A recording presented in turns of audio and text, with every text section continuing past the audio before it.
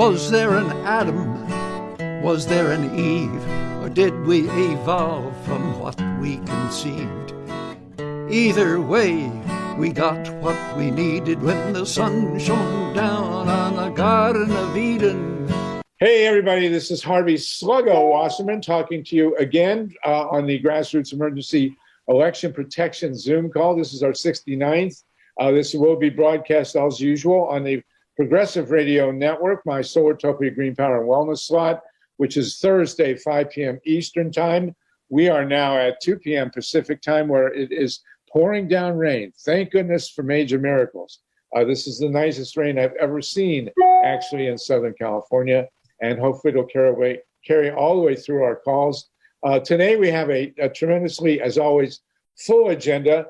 We're going to start very quickly with Cynthia Papermaster from Code Pink to tell us about Julian Assange. I want to have a quick talk about gerrymandering. There is a major piece at Huffington Post today about the gerrymandering commissions that we have so strongly advocated on these calls. And we're going to have a big chunk of time for Ray McClendon, the great Ray McClendon, political director of the Atlanta NAACP, and Joel Siegel, our co-convener, the legendary organizer, and talking about the Georgia Way and the Georgia Miracle, and also the network of Black groups that I never really knew about, and after all these years, and that Ray has a real handle on. I think we all need to be informed about what is really going on within the Black community and the possibilities. I see we're joined also by STEVE ROSENFELD, who has negotiated successfully the Bay Area's awful traffic,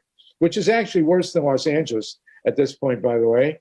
And then I'm going to do a discussion of what actually happened on January 6th. This is apropos. This is the book. Let's see if I can get it without disappearing. This is the book that has just recently come out by Bob Wortwood and Robert Costa about what really happened on January 6th. And I read it in one sitting. It's almost 500 pages. It is astounding. And it is extremely important that we understand how close we came to completely losing our democracy and why it could happen again and how it could happen again. And I thought I'd never say these words, but I'm going to tell you right now that probably the two most important heroes of the January 6th coup attempt were Mike Pence and Mitch McConnell. I know that's staggering to hear from me, but having read the book, and we will discuss this towards the end after we get the Georgia situation and all that covered, is that Mike Pence in particular could have single-handedly turned the election on January 6th. We were that close. It was a bit of a stretch, but we all know that the Supreme Court would not have reversed the reseating of Donald Trump. So we'll get to that towards the end of the hour.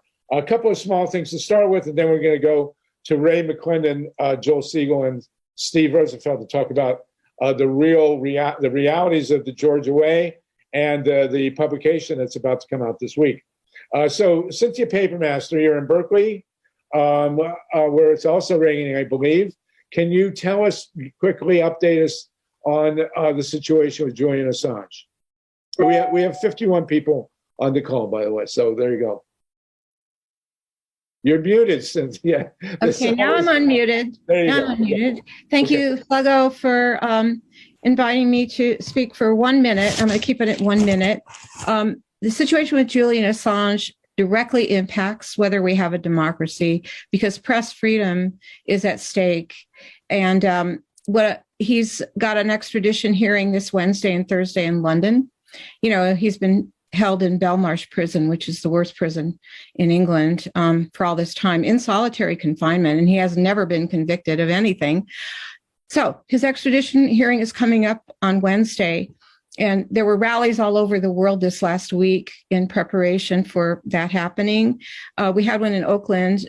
What I really would like people to do, I'm holding up a little flag that I put in all of the cupcakes that I baked. This is a chocolate cupcake right here, Assange cupcakes. And it has the phone number for the Department of Justice comment line. And I would really appreciate it if you want to save Julian's life. And it's a life worth saving. He's an amazing publisher and journalist who's being wrongly, the attempt to extradite and prosecute Julian Assange is an attack on our press freedoms. So if any of you care about getting the truth ever, if they extradite him and if he dies in Belmarsh prison, it's going to have a terribly chilling effect on whether we can ever get the truth. Please call this phone number and just write it down or put it in your phone. I'm going to read it really slowly. 202-353-1555. I'll repeat, 202-353-1555, and leave a comment. It's a voicemail system where you can leave a comment. Tell them to drop the extradition and prosecution of Julian Assange. They haven't even got a case. It's all bogus, trumped up. The man is suffering already for no crime. So please help him get out. Please help him get released. Thank you. We do not want him. Well, what do we want done with Julian Assange right now? We want him just released. We want him to go free. We want him to go free. In England. Well, we're the ones, US government's going after him. No other government is trying to. I mean, the ACLU and 25 civil liberties organizations are calling for his freedom. People all over the world are calling for his freedom. He just needs to go free. We're the only ones trying to prosecute him for espionage, for God's sake. He's not even a US citizen. He didn't violate our espionage acts. He published the same information that went out in the New York Times and Reuters and other media outlets, and they're not going after those media outlets. They're just going after him. And what has he been actually charged with anything? Yeah, he's been charged with a violation of the United States Espionage Act and with computer hacking. The computer hacking charge is bogus. Their key witness, an Icelandic fellow who's been convicted of pedophilia, has recanted and said he lied to the FBI. He's their chief witness, and he said he lied. They have nothing on Julian, nothing. It is shocking. It's truly shocking. Okay, we hope that he gets free. Absolutely. Right. If they fail with the extradition, what happens? He's released. He will be released. So he will be released. Yeah, he'll walk out of there, and hopefully that'll happen this week. We're hoping. There are people all over the world calling for his release. Here in Noam Chomsky, Dan Ellsberg, Alice Walker, Roger Waters, Jeremy Corbyn. I mean, the list goes on and on. And Jody Evans of Code Pink as well. Jody Evans and me, Cynthia Papermaster. Right. Okay, anyone, I think Ruth Strauss had a hand, is that right? Yeah, hi, thank you. Cynthia, this weekend, and everybody who's listening, there was an outstanding tribunal with all the, top players, Corbyn, Yanafakis, Tariq Ali. It was really amazing. And I'm wondering, and thank God I watched it, is it going to be online for anybody else who wants to hear it? I'll take a look and post it in the chat. I watched it also. It was really amazing. It was outstanding. I'll post it in the chat. All right. Thank you very much, Cynthia Papermaster from Code Pink in Berkeley there. We really appreciate your work. And it would be an amazing moment for Julian Assange to walk free. I think we all know what the stakes are. It's absolutely outrageous that he's been persecuted like this. And so we appreciate your work greatly. Okay, one thing I want to raise, the Huffington Post, and we're going to put the link to the article in the chat, has run a very interesting article on the anti-gerrymandering commissions that have been set up. There are now about a dozen commissions in the United States that are aimed at mitigating the situation with gerrymandering, which is a major, major step forward for our movement, for the election protection movement. And but they're not all working out well. And there is a distinction that we need to understand between nonpartisan gerrymandering commissions and bipartisan gerrymandering commissions. And each of them have been subjected to various forms of sabotage and subversion. But the consensus is that no matter how badly they've operated, they're still superior to having gerrymandered legislatures draw up their own maps for future gerrymandering.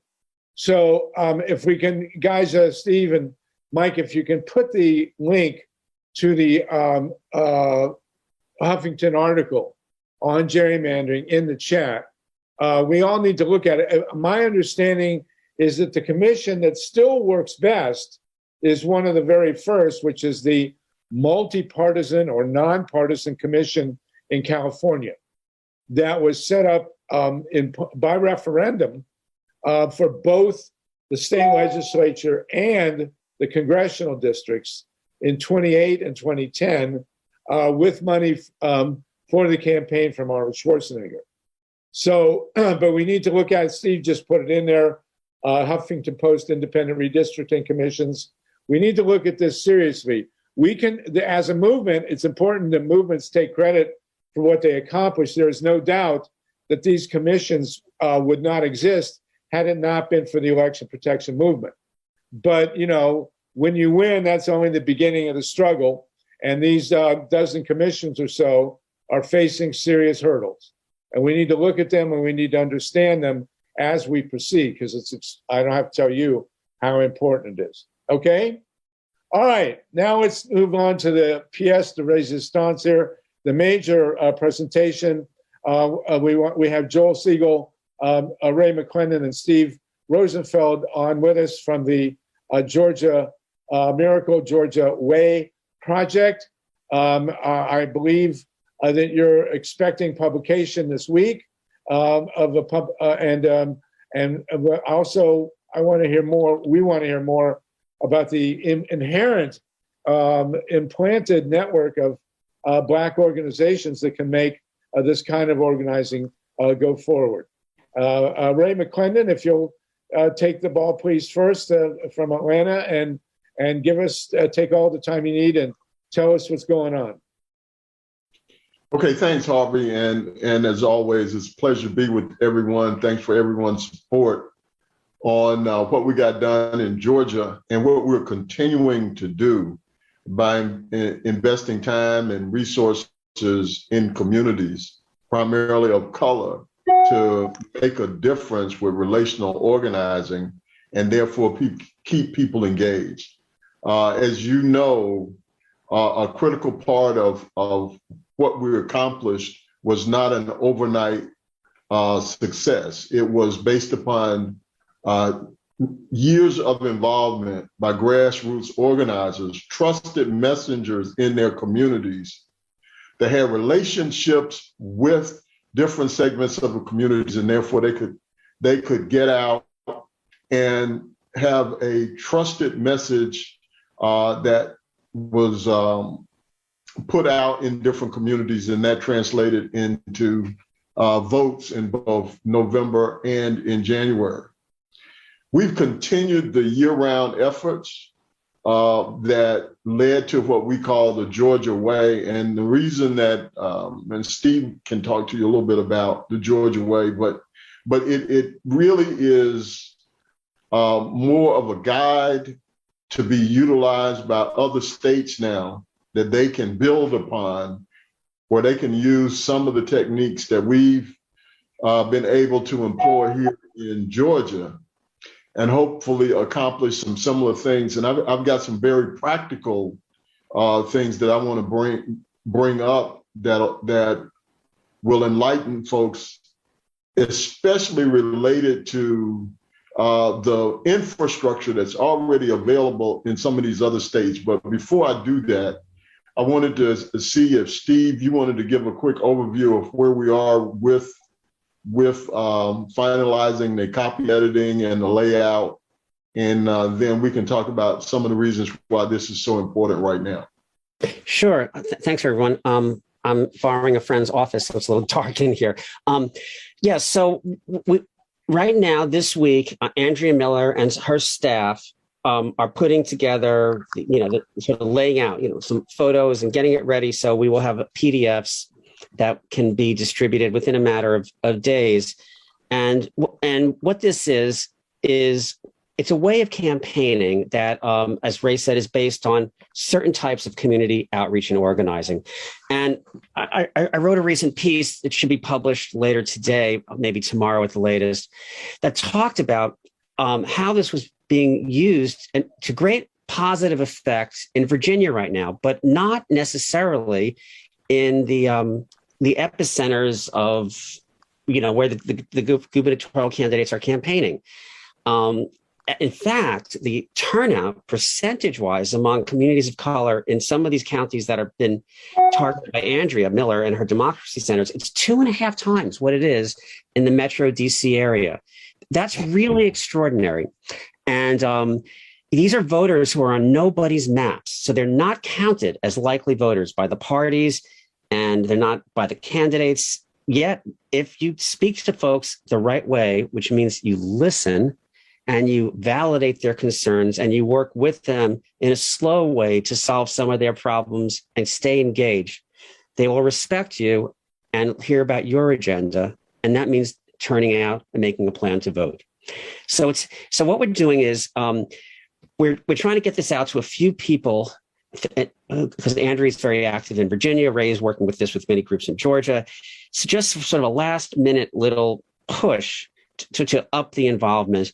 And then we will build on that and maybe we'll add a chapter or an afterword that can be written that looks back at the successes. And then we go forward and we try to teach, as Ray will describe, we changed the name from the Georgia Miracle to the Georgia Way for a very simple reason. We wanted to teach this, and you can't really teach miracles, but you can teach a way of respecting people and campaigning and communicating and building, fortifying, communities in a more positive way. So that's what this is. And I'll leave it there. And hopefully we'll have something literally within a day or so. And I'll just pass it back to Ray, and we'll build on it and go forward. Ray, go ahead, or if you want. Thanks, Steve. And so let's talk about the Georgia Way, and let's talk about this. This is not a book, as Steve talked about it, where we are just giving a historical reference and patting ourselves on the back for what was done. This is that we were able to be successful. This is about looking deeply into the strategic and tactical components of what came together over several years and how that infrastructure had been dormant and finally came together with the tenacity of a few leaders that set ego to the side and began to collaborate. Now, what infrastructure is this that I'm talking about? And we lay this out in the book, and Harvey and Joel and I got into this over the weekend. Many of you have heard about the Divine Nine, the National Panhellenic Council, which represents the 9 major Black fraternities and sororities. Those organizations have been around since the early 20th century. Most of our organizations were formed between 1908 and around 1915. So we have a 100-year history of leadership and service. And so when you go into local communities anywhere, large cities, small cities, you're going to find that 80 to 90% of the leaders in a town or a city or a community are going to be members of one of those fraternities or sororities. And because they have a commitment to service and giving back to their communities, they have created an infrastructure already of social action. So we have been able to tie these groups together. Now, you can work with an individual fraternity or sorority, but by combining them in the D9, that gives us much more clout, has given us much more clout around the state, which means we can get into any county, touch the key leadership in that county. All right. Then there are other organizations that you'll see referenced that have deep, rich relationships all across the state. One group that is not as well known as many of the D9 organizations is the Prince Hall Masons. Prince Hall Masons actually were formed before the formation of the United States of America. It started by Masonry, as some of you may know, was key in the founding of our country, but that was white Masonry. George Washington and many of the founding fathers were all Masons. Prince Hall, an individual, was actually petitioning to become a member of the Masonic order back in the 1770s. He was denied, of course, being a Black man. And so he petitioned directly to England for a charter and they granted him a charter, and he started Black Masonry in America. So the oldest fraternal organization in the United States is represented by Masons. Masons, therefore, had 100+ year history in advance of these D9 organizations, and they're made up of more blue collar workers, because of course during those years our ancestors couldn't go to college anyway, for the most part. So again, they have a rich, deep history, and in many counties, virtually in every county in Georgia, there is a Masonic lodge. There's also a sister organization called Eastern Stars, which also represents that same kind of deep, rich history. As an example, my mother was an Eastern Star. Maynard Jackson's grandfather was the head of the lodge called the Grand Master for Georgia, one of the most powerful Black men in Georgia. And it was really Maynard's grandfather who gave him the bug of public service. So the point of all of that, they had this organization was not as strong as it had been, but now there's been a resurgence. So we tied all of these organizations together to that already had infrastructure and commitments to say, let's collaborate. And we brought them together on a weekly basis. And once we got close to the election, they came together almost on a nightly basis. So we were able to touch any place in the state within 24 hours for any event and galvanize not just one group, but a massive number of groups to come together to support particular ideas. We also innovated out of that group. We also found out which groups had strengths in different areas so we could complement one another. The beauty now is that worked. We set egos to the side, as I said, and it worked. Now we want to export it. And the beauty of exporting it to other states in a new Southern strategy, which we want to talk about, is that there is the same infrastructure in each state, in every one of these states that is important with at least 18 to 20% African-American population, people of color.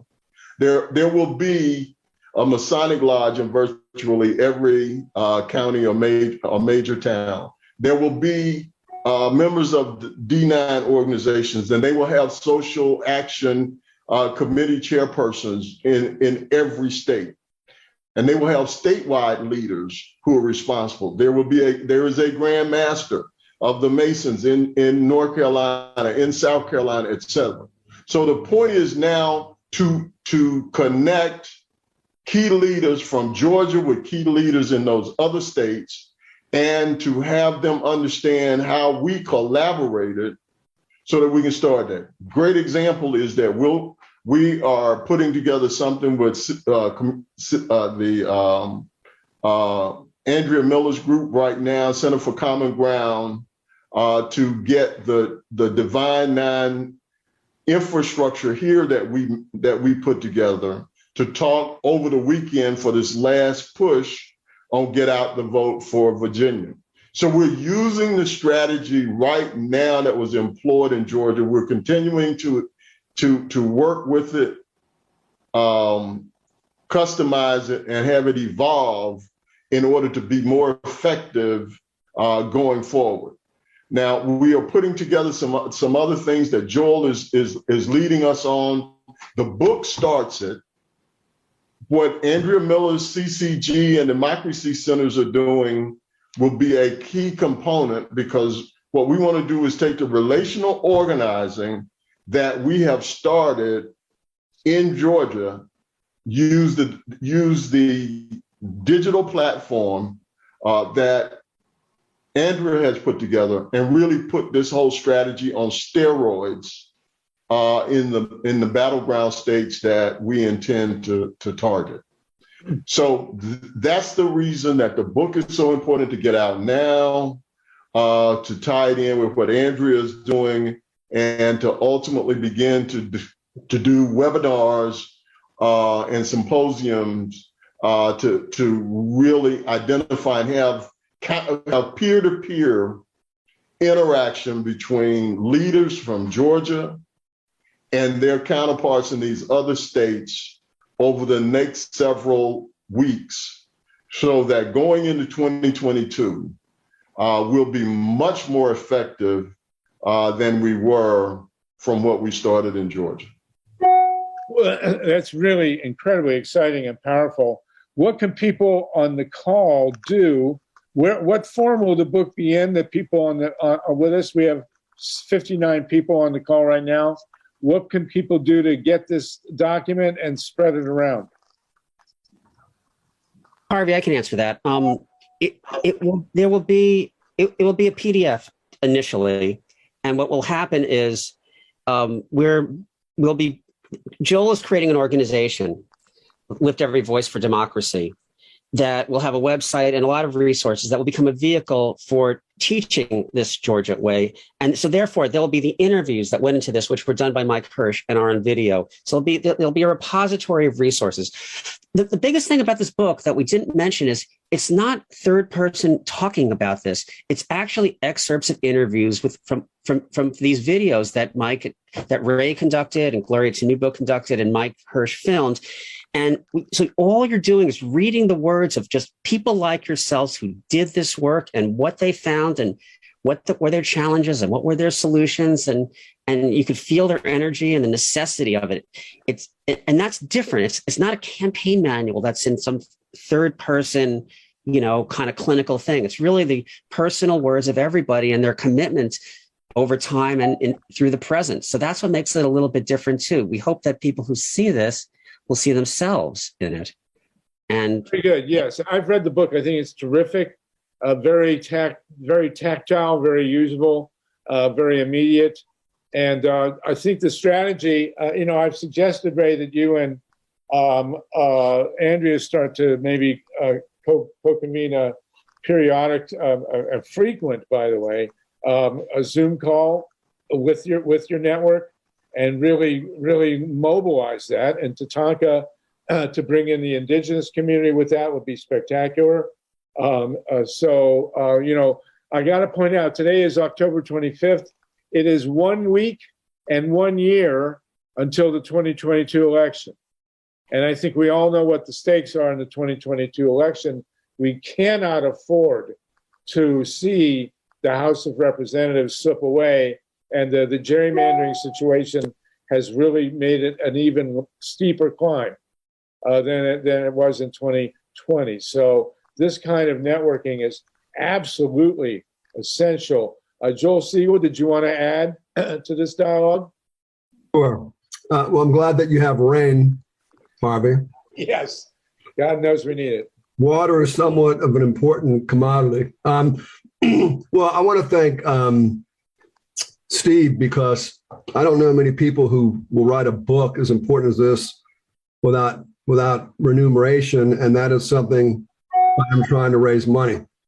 We don't do that on this call, but I'll talk about the foundation, and then Ray is just flat out in my opinion, a genius, no different than the geniuses that trained me when I worked for John Conyers from Atlanta, where Ray hails from. The Martin King tradition. Ray, at one point, was the finance director for Maynard Jackson. and has been doing this quite some time, and was also, Ray, you were the president of, was it 100 Black Men, right?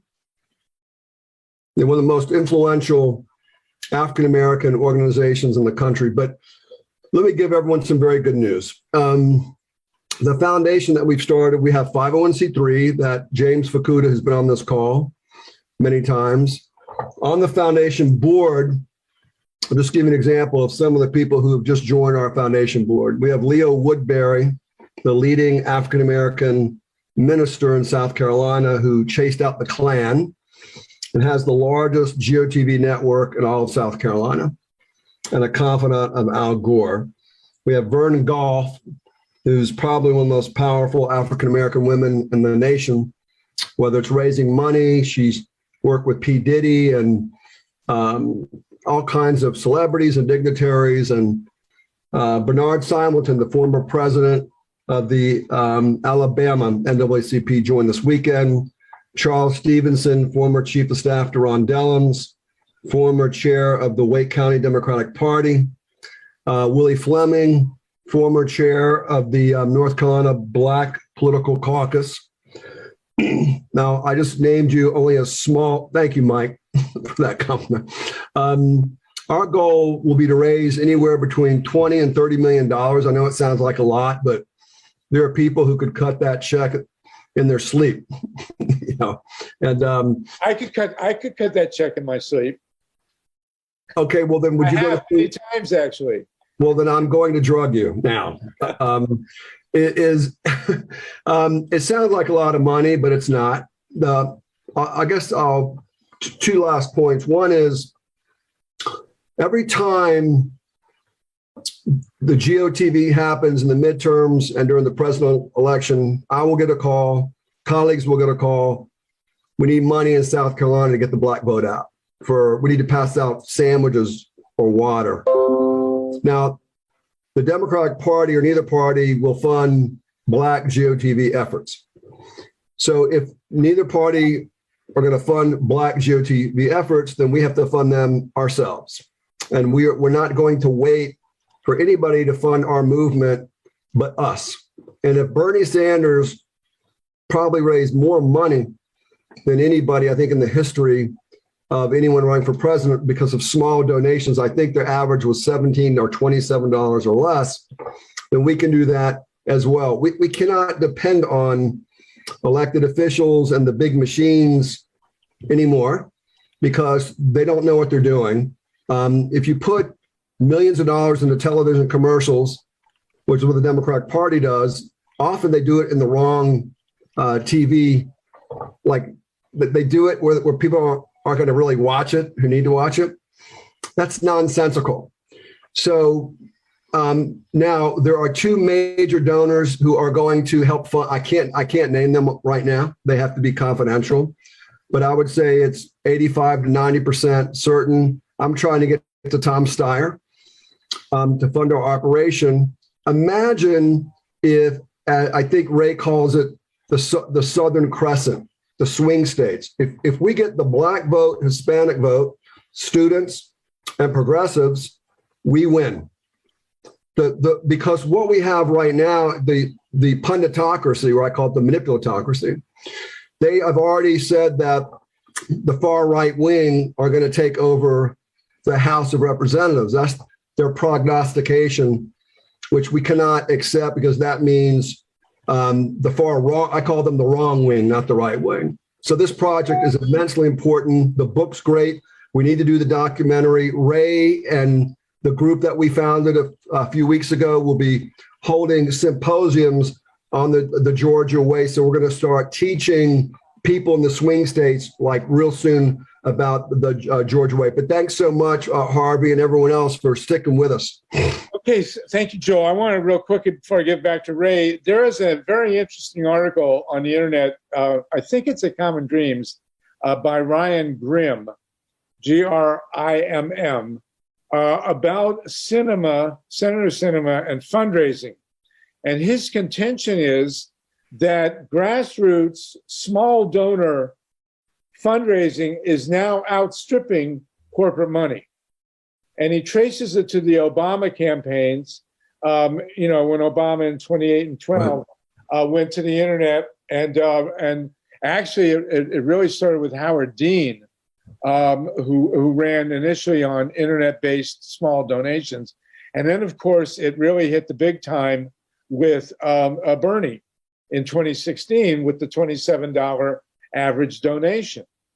And it's Ryan Grimm's contention, and I've asked Steve Caruso if he could to track this down. It shouldn't be hard to find. I saw it in a couple of different places. Ryan Grimm's a very good reporter, by the way.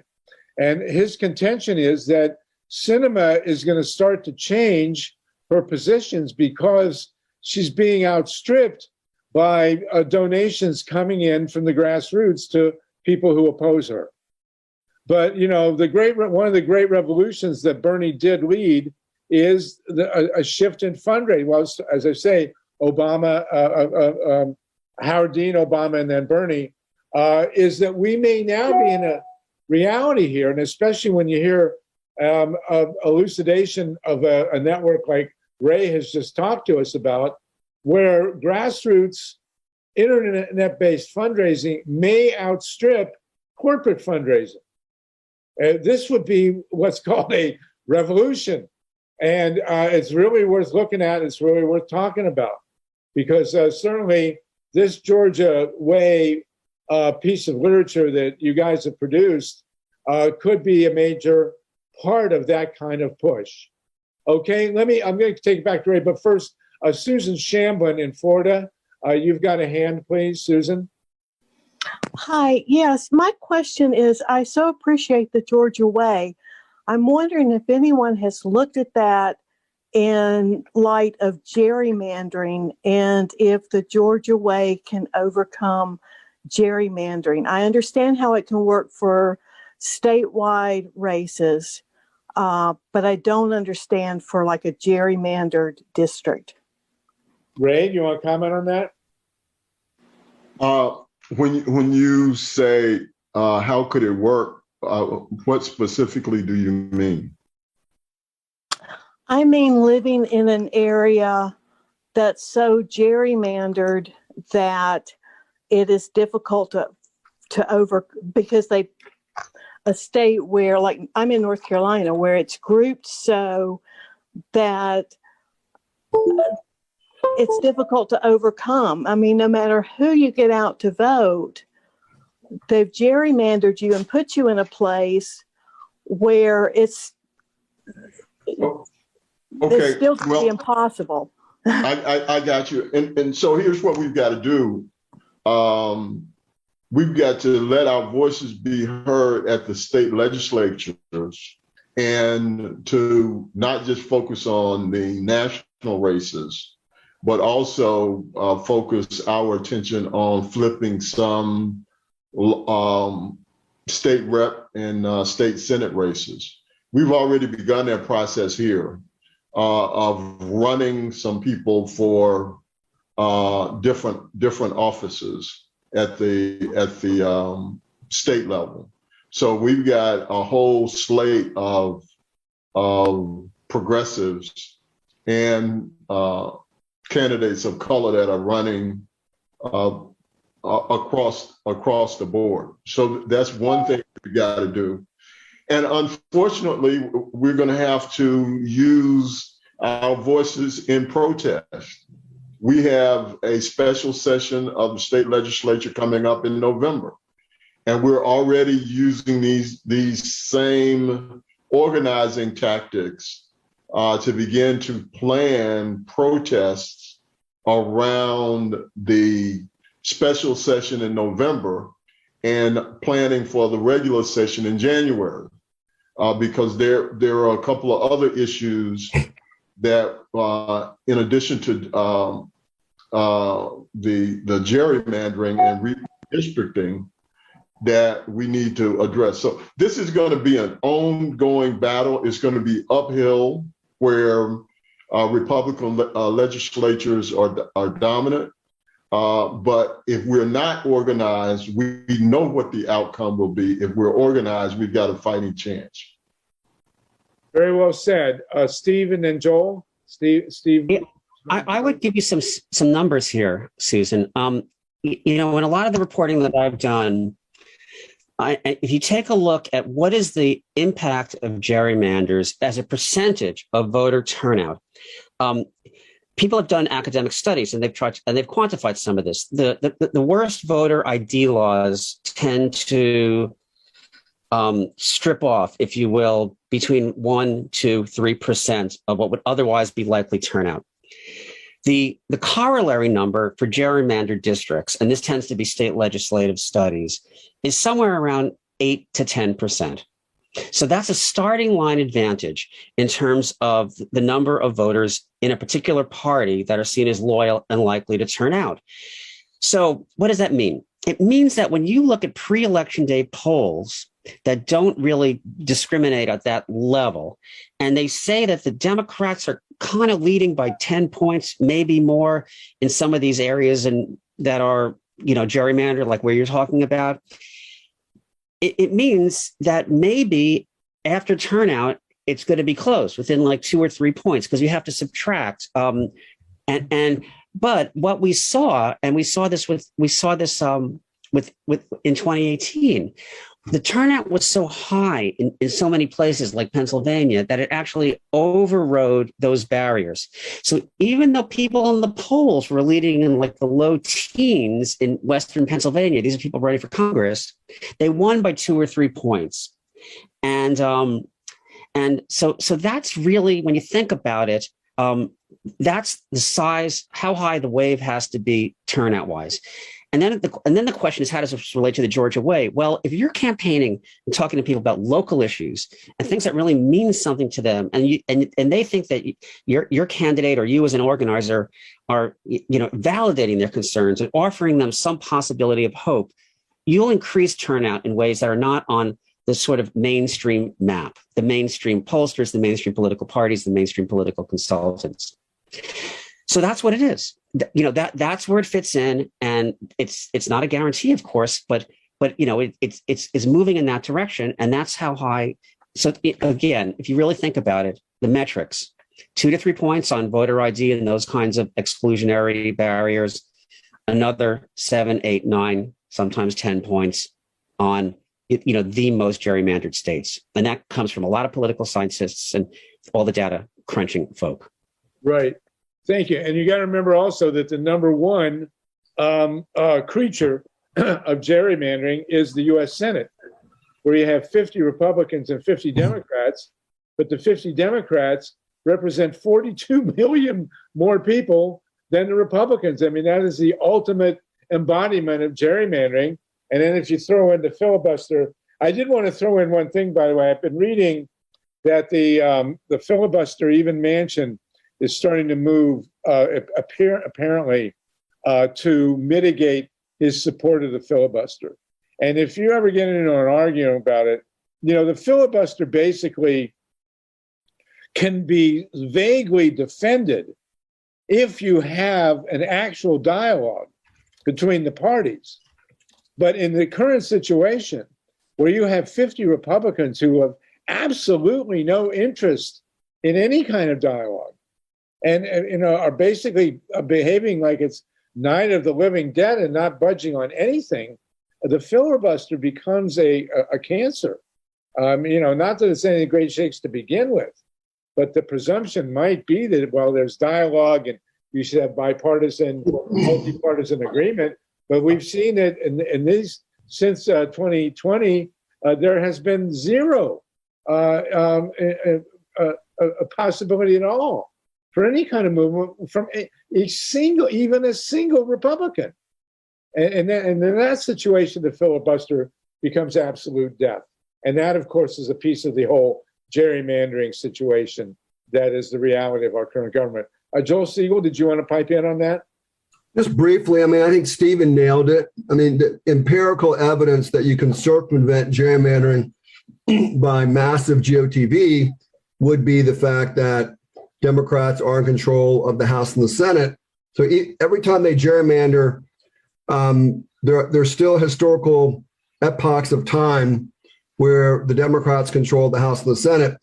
But if we do not do the equivalent of what SNCC and CORE did in the 60s, which was the Freedom Summer, we're going to have to get the vote out like we've never done before. But we're especially going to need university students trained by people like Ray, or there is an opportunity for fascist, authoritarian, white nationalist, corporate Republican domination of our government, of which we've never seen, not in, my lifetime. But the other point is the other side would like for us to be demoralized by gerrymandering and make us think, hey, we can't win elections because of gerrymandering. No, we can, but we have to do what Stephen just said, and that's a massive get out the vote. And I'm just glad that Stephen is not on the other side. I'd be really scared if he had joined the dark side. Stephen Rosenfeld as opposed to Steve Bannon, for example. Right. Like our Stephen. Hey, I got to hop, guys. I've got to hop. But thanks, Harvey, for letting us have the time to explain where we are. Tremendous thanks to the election protection platform for being the catalyst to get all of this moving, and especially to Joel and Steve. This is going to be, we're going to look back on this, and I think this is going to have a major impact in 2022 with Andrea Miller's group coming on board to assist in this. We're getting ready to put this on steroids, and the enthusiasm is going to be riding high going into next year. So thanks everybody for all your support. Well, thank you. Thanks for joining, Ray. And we want to help you with, whatever coordination we can do, and for you to have another Zoom, Afrocentric, that would be really, I think, a big, big plus. All right, you guys, thank you. We're going to move ahead now. I did want to slip in, and this is my own personal thing here, although it makes sense, and we've hit on it before. Just as we've now produced a kind of a guidebook and a strong document on the Georgia way, we also need one on recounts and audits. And, having gone through this in Ohio 2004 and having won a federal court decision mandating a recount, and then having the 56 of the 88 counties in Ohio failing to produce the documents that they were legally, federally required to produce, that was quite an experience. And so we have both Ray LUTZ and Steve on the call, along with Joel and others who are involved in this recount audit mishmash, or as we say in the boonies, mishigas in Arizona. I would like personally to encourage the production of some kind of document that we can use as a guidebook definitively to deal with recounts and audits as the issues arise. I mean, if we had gotten a recount in Ohio 2004, I'm sure that a whole lot would have been learned.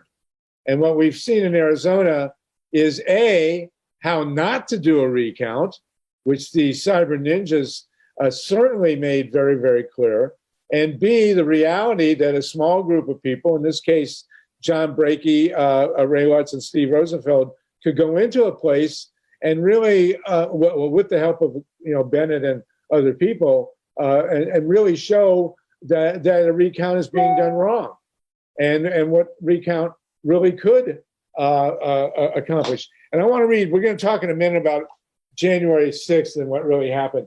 This is a definitive paragraph in this book. This book recounts how the Trump really, really, really tried. This was, with this, what happened on January 6th was not a demonstration. And I remember the moment I was watching it, in real time on this very computer. And I remember I was getting really angry because the commentators kept referring to the people who poured into the Capitol building as demonstrators. They weren't demonstrators, for God's sakes. They were fascist thugs. And at one point, finally, the networks realized that, hey, and they started calling them insurrectionists and something else. I don't remember. But here is, if ever any of you doubt the validity of our work. This is the definitive paragraph about what really happened to prevent Trump from making himself president for life on January 6th.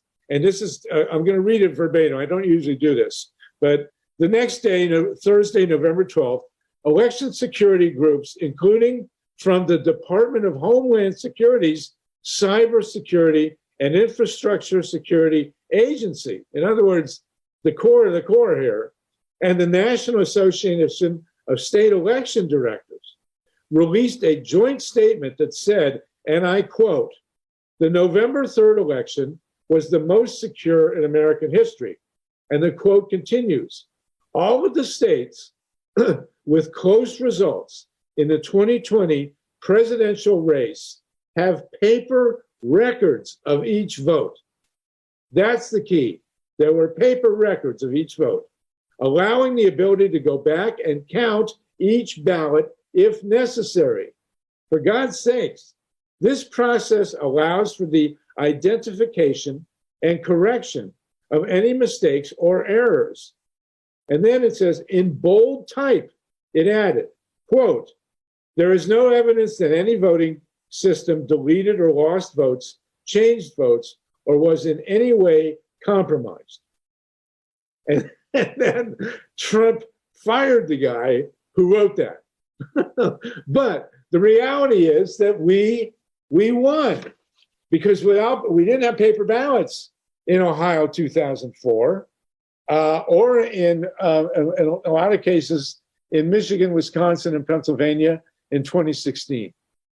Now, if we do have paper ballots going forward, and we did, this was a perfect storm with the COVID in 2020, but presuming that we're going to have some level of paper ballots going forward in 22 and 24, the question becomes, how do we guide the recounts and audits that we will support? There's a lot of opposition to the recounts and ballots in Arizona because of the partisan nature of what was going on. But in point of fact, as Ray and John BRAKEY have repeatedly pointed out, we need to be able to do audits and recounts.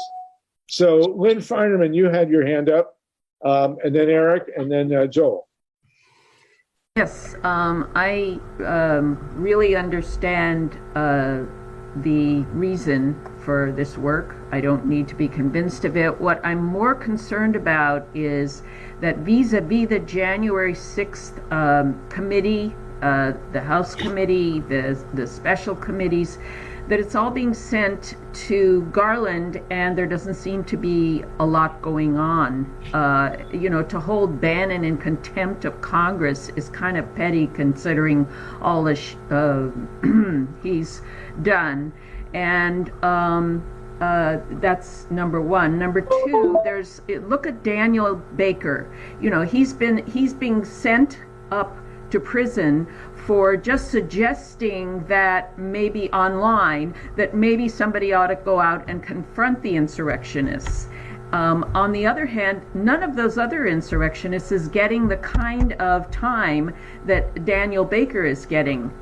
And again, we are scapegoating Antifa, supposed anarchists, and allowing people who are, in fact, yes, white nationalists equals Nazis, Mike, to get away with what they're doing. So I'm wondering, I know this is kind of a tangent to actual electoral work, but I think that it is a really important problem. So I'm wondering if anybody's working on that.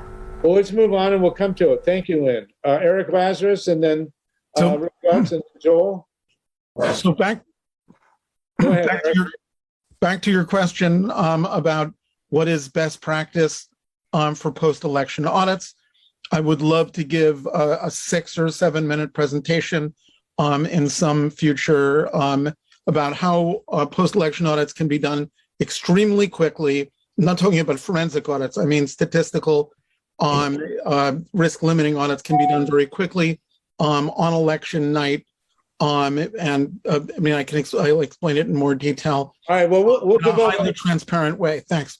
We'll devote a piece of next week's call to the nitty gritty of these audits and recounts. Thank you for that, Eric. Ray LUTZ and then Joel Siegel. Yeah. Okay. Yeah. Thanks a lot. This is something that we are working on. I think actually right now is a big opportunity because even the Republicans say and Maricopa are interested, especially Ken Bennett, he said it in his recent town halls, is interested in pushing forward very quickly some new legislation. And so this would be sort of the state level legislation if we can get these additional provisions in there. And I know that there is a big, what Eric is referring to as a sort of almost a cult following around risk limiting audits. They're not all they're cracked up to be, so we're going to have a longer discussion about that because most people don't understand that they just fail. They would not work very well in places like Maricopa or Georgia because the margin was so close. But there are a lot of things that we can get through because the way they're handling these audits, Maricopa, for example, and their official legal audit, it followed the law, but it was so small that it did not, it wasn't nearly large enough. That's one reason the risk limiting audits are good, is because they point out that you need larger samples. We have many other things in the legislative agenda that we've been working on. And what I'll do is post this in the chat. And anybody that wants to help out with this is a hot item because we want to put this forward to Ken Bennett so he can push this through with his GOP friends in Arizona right now. And so maybe we can get some good changes in that way. Well, I wonder if it would be useful for us to come up with some draft legislation on how to do audits, how a state could do audits and recounts, and maybe have a federal law on that. Joel and then Steve Rosenfeld. That's exactly what I was going to say. That's what Smart Alec is going to do. And Ray, with that cool goatee of yours, we need Ray, Eric. Hey, Eric, thank you for your contributions, by the way. I'm glad that you're with us. You got the name Lazarus, which means what? Long-lasting lifetime, basically. But if you don't have federal oversight over elections and recounts, then what's the use of the federal government? And in the Constitution, it's very clear, at least what I learned in law school 185 years ago, was that federal elections ultimately are the responsibility of the federal government. So just to give you an example of what I'm talking about, let's say that we have a southern state that just says, you know what, we don't really like what happened in the election. The Democrat won. We've stacked the board of elections with our people. We're going to throw it into the state legislature, and we're going to give all the electors to the person that we want. That's called fascism and authoritarianism. Well, guess what? That's exactly what's going to happen in Georgia. It's what will probably happen in many of the what I call the new Confederacy. But if we do not have federal oversight over these recounts, I really fear the worst. But we're going to need a group of scholars and academics and people who really understand this. I'll close by saying if the former Undersecretary of State of North Carolina, Robert Wilson, is saying this is what's about to happen, then I think we got to get that legislation in sooner or later. And we have direct contacts to the Judiciary Committee at the highest level. So can we get the bill introduced? I think so, but not unless there have to be a lot of support for it. Thanks. So we'd like Robert Wilson on next week. If you can get him to come on next week, that would be okay. Good. Steve Rosenfeld. I would just say this. People often confuse recounts and audits. Recounts are established in every state. They follow election day. They have timetables. They have rules on who can participate, how ballots can be looked at, and everything like that. It's not the same as an audit, which some states have inserted into the process to double check their first unofficial results before they certify. And that's a slightly different avenue, although there's some overlap here. The thing that I'm most concerned with, and my biggest takeaway from Arizona, is it's not really these recounts and these audits. What I've discovered in Arizona is that there is a wealth of public information, like public documents from the world of elections and election administration, that you could use in mid-November to push back on the most common cliched lines of disinformation. And that's not being recognized or done by our friends at the Democratic Party or our friends in academia or our friends in all these public policy institutes where everyone's making $250,000 a year and working in Washington. And what I'm talking about, for example, is when they claim that 40,000 ballots are printed in China and somehow smuggled in, and no one saw them, into the operations center, you actually could go and show that, no, wait a second, we have the list of registered voters, we have the list of people who actually voted, the political parties use this for GOTV. You can quickly show that all the people who voted, with the exception of people who are protected anonymously, like domestic violence victims and judges and policemen, are the ones who voted. But they don't do that. You can also show, for example, when you look at the cast vote record, which is a giant spreadsheet, that there are a majority of votes for one party or another, but not the guy who's yelling and screaming that it was stolen because he lost. And they don't do that. So what I'm really interested in is actually trying to, put forth this notion that there's a wealth of public information, public records. This should be journalism 101 stuff. That you could get in your hands on November 10th or 15th and push back against the crazy stuff. Because what we have seen is these cliches are not going away. They're easily believed because they just sound like, some spy movie. And maybe this will have some limited ability to produce a counter narrative. So I'm just sort of saying, for me personally, that's my biggest takeaway from Arizona. It's not quite the same as the audits and the recount stuff. It's part of it because there too, you're drawing on public records, but there's an even wider pool of stuff to push back against this craziness. And that's personally what I'm really interested in. And again, the Democratic Party, the Democratic Secretary of State of Arizona, the Brennan Center, all the academics that say we have to do one kind of audit and not another kind. None of them even talked about this. None of them. And what newspapers or national publications using their freedom of the press and their public records requests? Zero. Didn't happen. Until, a couple activists, one Republican, one a Democrat, one an independent, started getting into this 6 months later in Arizona. But anyway, I just put that out there because, we don't have to be held hostage by the sort of arcane and not easily understood procedures in the election administration world where they say, trust us, we're the experts. There's other stuff you can do to say, hey, wait a minute, this is what's real. So I'll just leave it there, but that's really what I'm interested in. That's where we're going forward from here. Thank you, Steve. Art Levine, and then Eric. Steve, you're a fantastic reporter and analyst, and I really appreciate your work. And congratulations. Here's the thing: we're dealing with.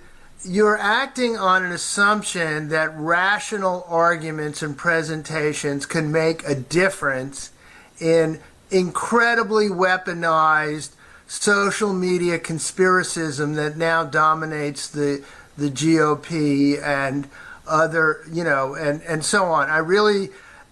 I don't have a simple answer, but the concept that rational presentations of evidence will make a difference to the 80, now it's up to 80% or 70 to 80% who don't believe that Joe Biden was legitimately elected. And there's new conspiracy theories every day.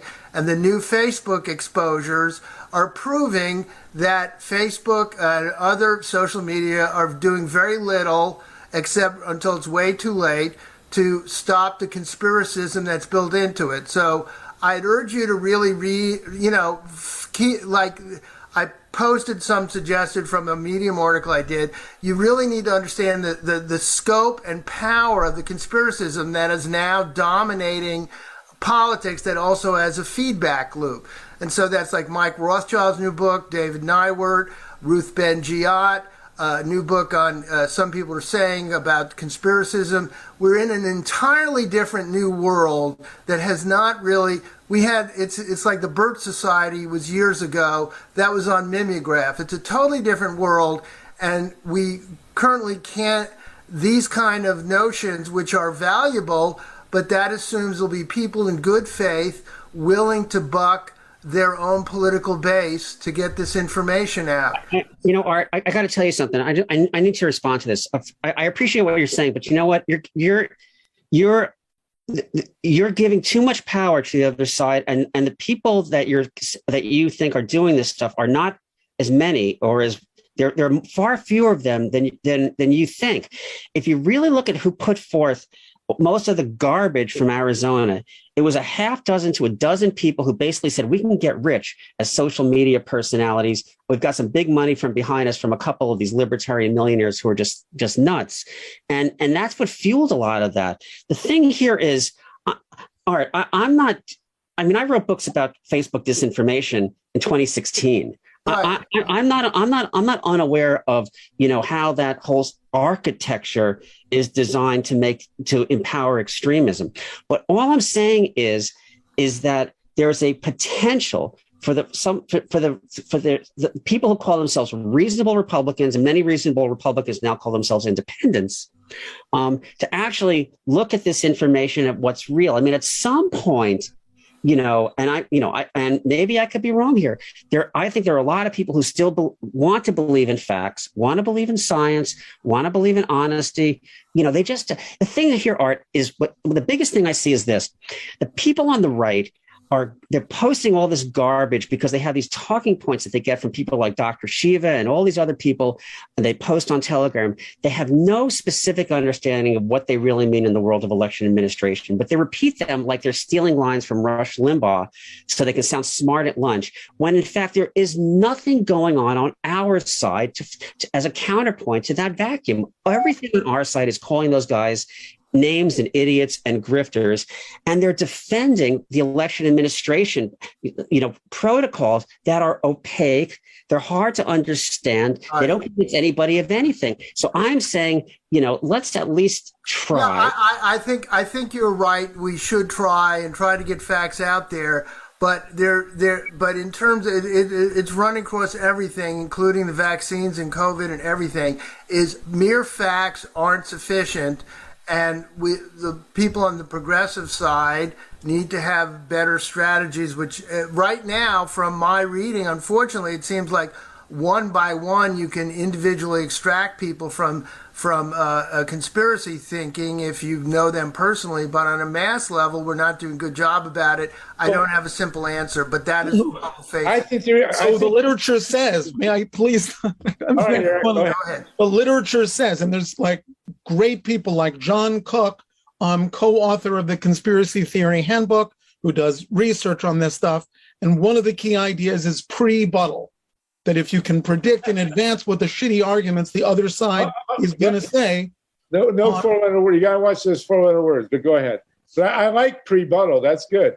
That if you know what the structure of their bad arguments are, and this guy has been working on climate skepticism and all this stuff for years and years. They have a lot of studies about the different techniques. Cook, C-O-O-K. I'm going to start to invite him and other people onto Clubhouse. Well, do it for next week. We need to have a definitive document. I've said this, I think, my personal opinion, we need to have the definitive document, the definitive guidebook for how to do audits and recounts and what to expect. And here is the gold standard. We've always considered hand counted. But Steve was making another point, right? That's a great thing. We need to do that. I'd love to be involved. I'm saying, but still, there's going to be future Donald Trumps, right, who are going to be saying all kinds of nonsense. And the idea that Steve's idea is great, using all this additional data, And I'm just saying that which you do in advance may actually be more powerful if you can say they're going to make these arguments. Here's why they're flawed. That tends to be more powerful than making them later. But John Cook has lots of good material. Well, let's bring him in and let's put it all together and produce this document. And we've now produced a document on the Georgia way. The next project is the Arizona way. I mean, or avoiding the Arizona way or whatever, so that we know going forward that we know what we're talking about. I mean, the bottom line is that John, Steve, and Ray were in Arizona, and lo and behold, they actually knew what they were talking about. You know, there wasn't all this psychedelic mishmash going on.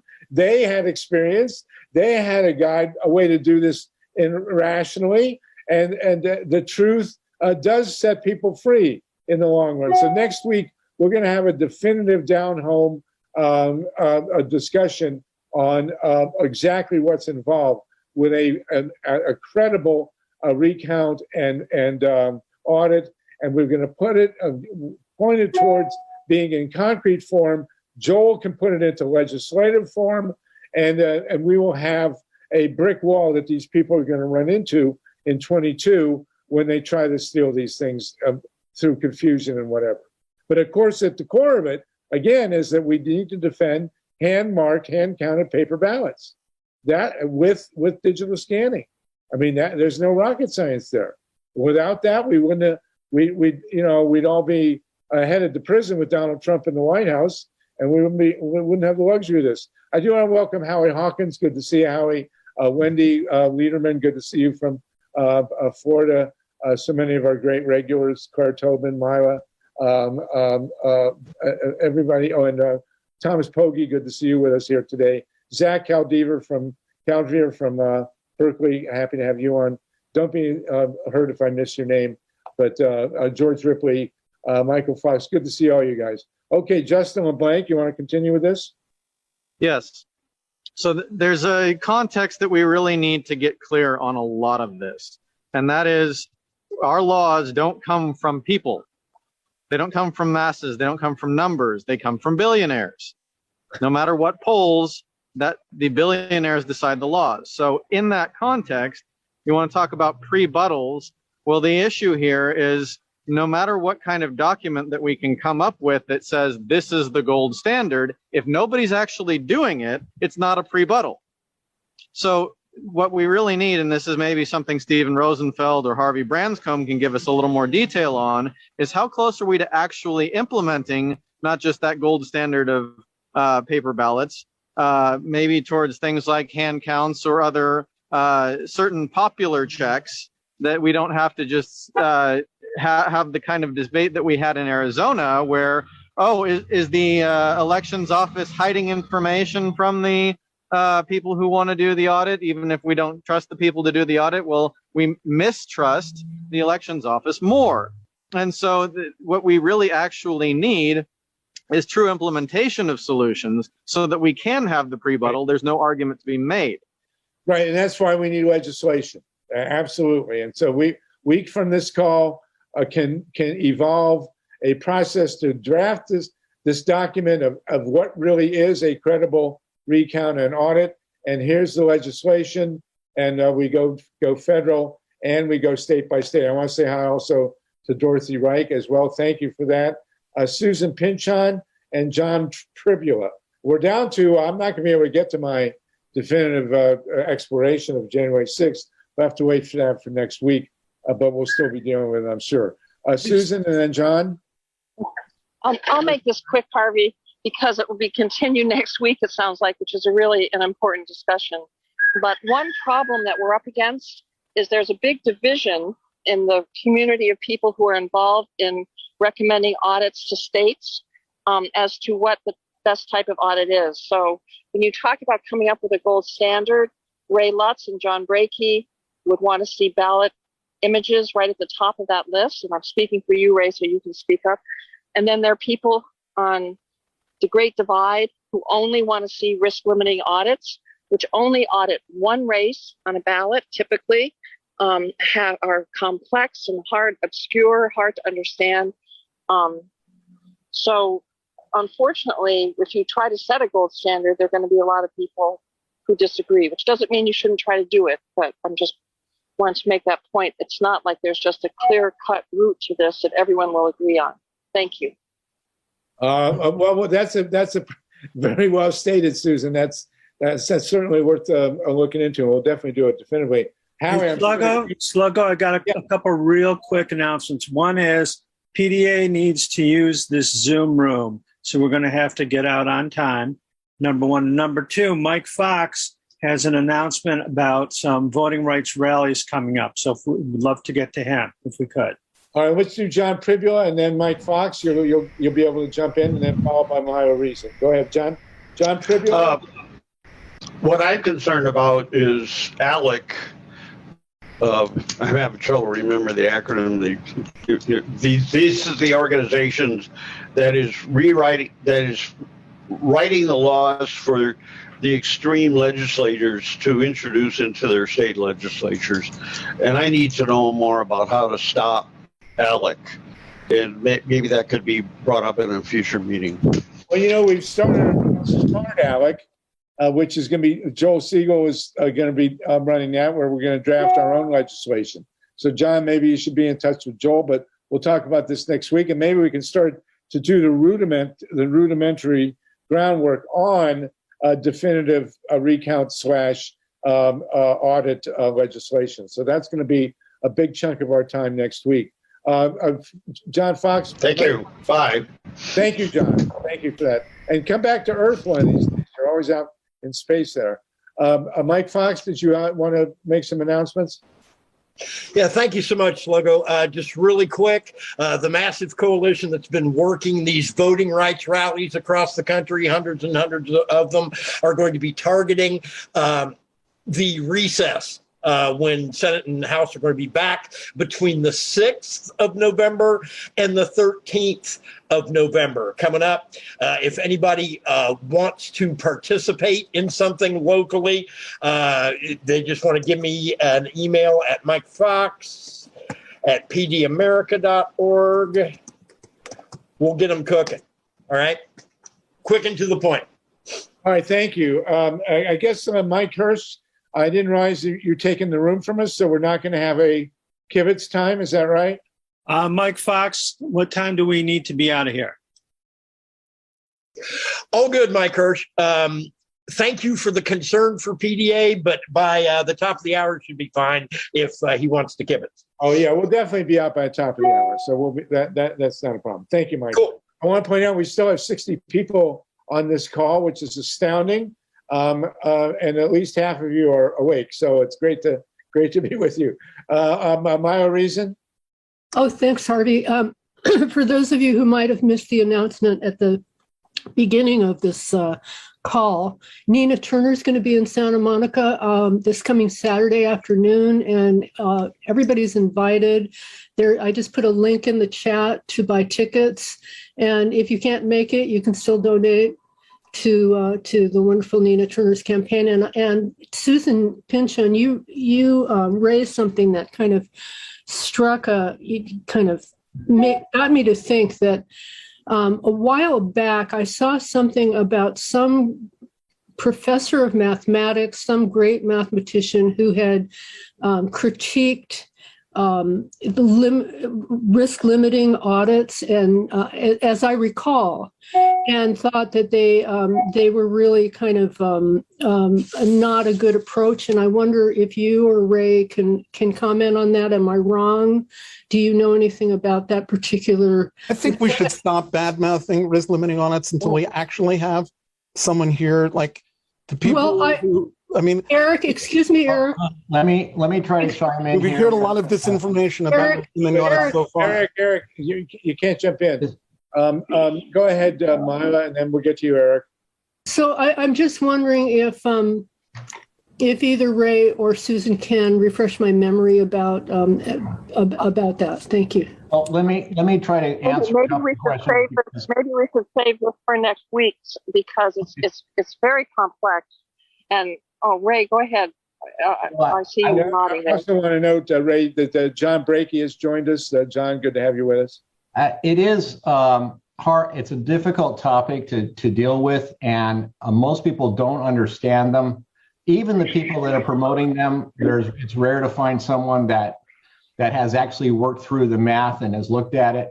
And I've looked at it very, very carefully, and they have problems. There's no question about it, because the sampling requires a certain number of ballots to be counted in a certain way.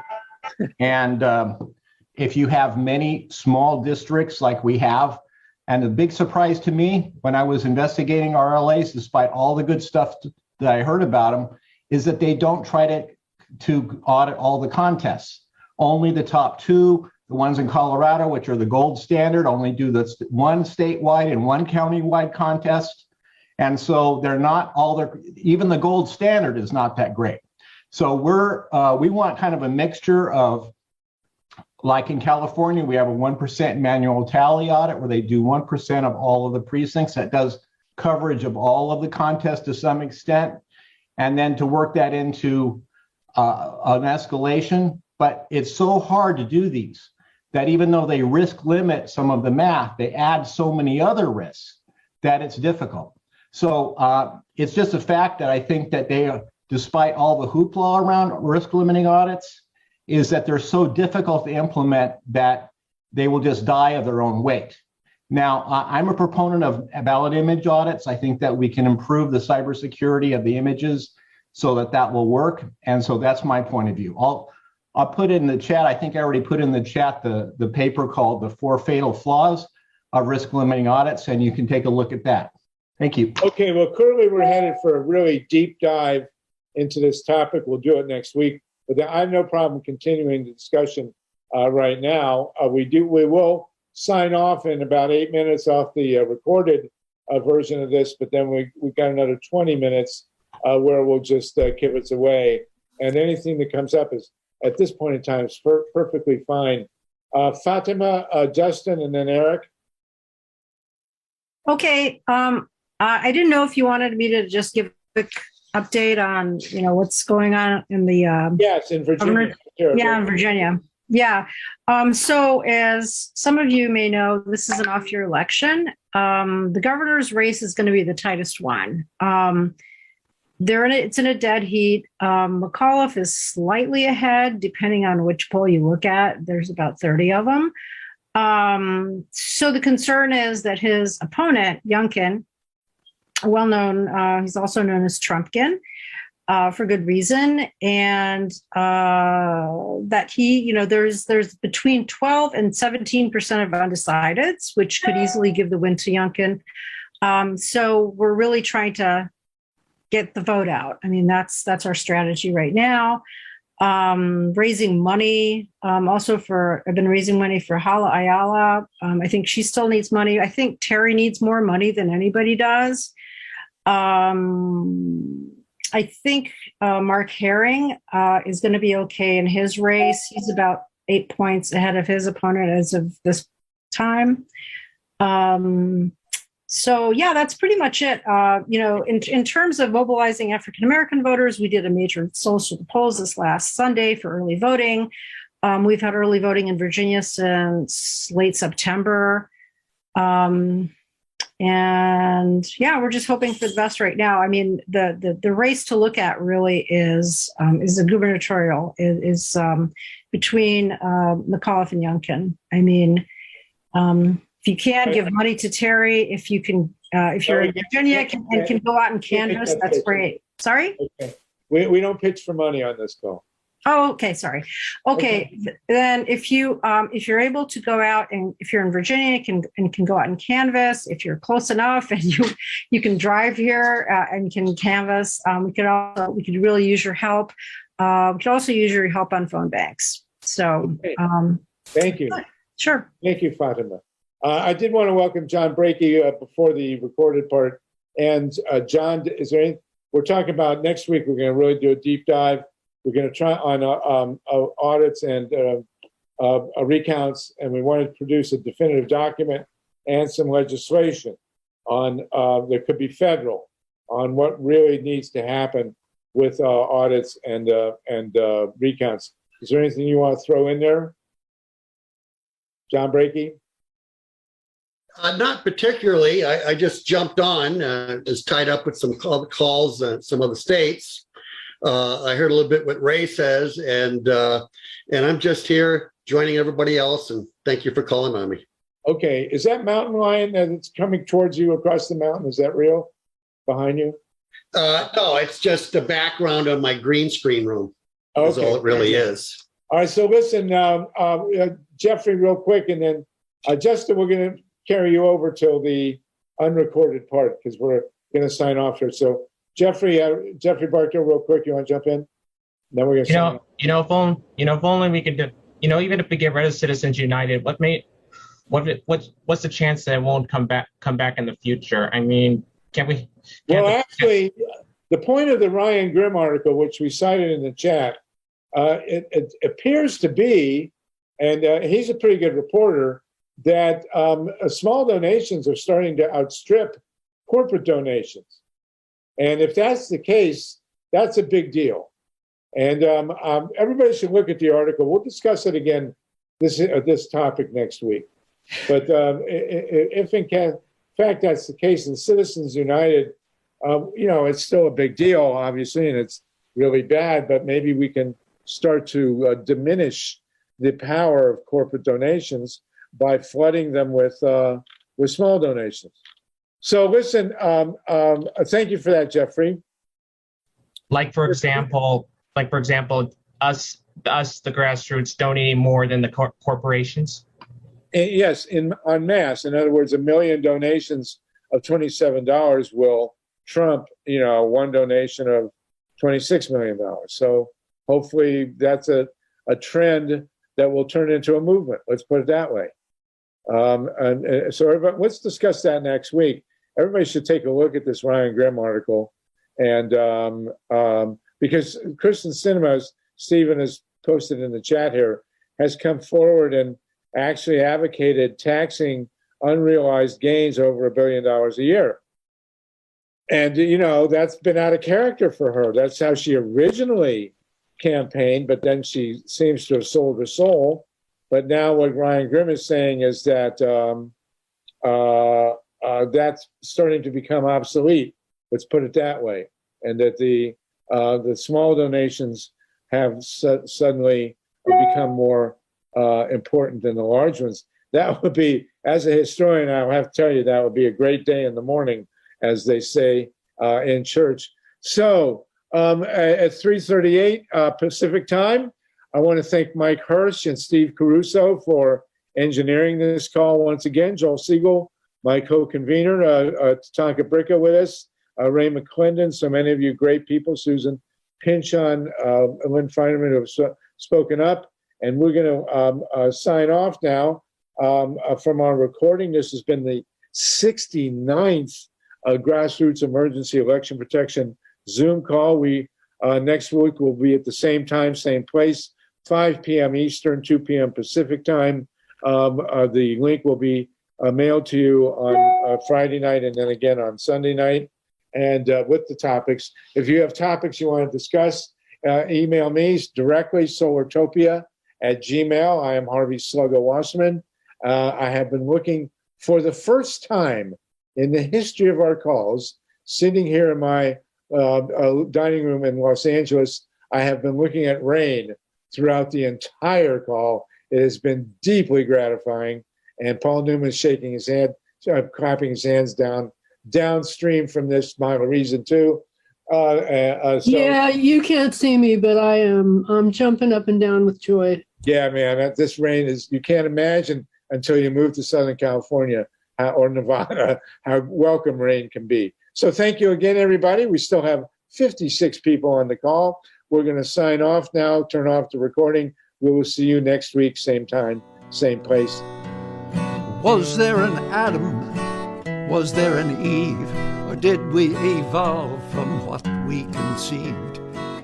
Either way, we got what we needed when the sun shone.